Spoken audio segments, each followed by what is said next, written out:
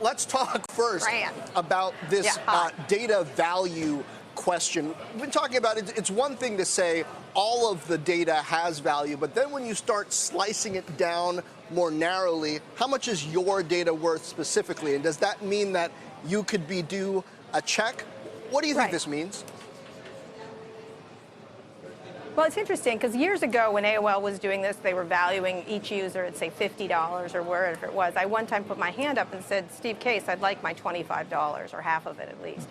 I mean, it's really interesting to question what is the value of your data and how you bring it apart. The same thing you could do with television, like what's the value of your watching for the free television you get. And so I think that this question is really difficult when it comes to online because it's so dispersed, it's so large, and the data moves all over the place. And so I think this bill is going to be very hard to get through and very hard to enforce. It's a directional idea that this free is not free, which is something that Mark Zuckerberg from Facebook and many others have tried to put out, that they're giving you all these free services and therefore you should be thankful and don't worry about the data. And I think this is the first move in that direction to sort of try to figure out what you're worth and what your data is worth and how protected you should be. Kara, I wonder, I realize that this proposal is very specifically focused at really the big tech companies that are collecting all that data and finding ways to make money off of it right now. But I mean, every company that's worth its salt is in some form or fashion collecting, using, analyzing data. Does it become a slippery slope? Well, it's, they're setting it at a number, the 100 million users. They have a size issue. They're not going to have smaller companies. Or your retailer, when you walk into a Safeway and you buy things, they know what you buy and they keep a track of that, especially if you have those loyalty cards.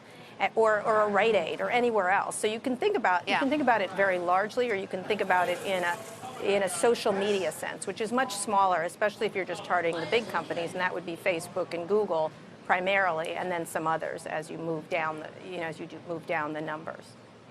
I mentioned Gavin Newsom's support for what he calls a data dividend, actually paying customers for what they're giving up.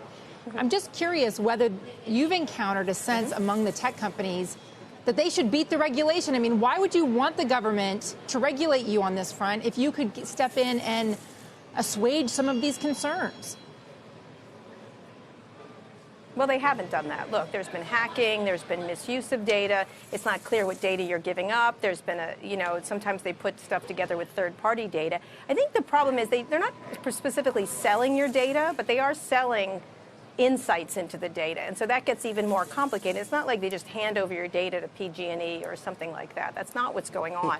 But it is it's something akin to that, and it's not precisely that. So how do you value that? How do you, again, you could say television networks do the same thing. They use data about their audiences to sell advertising.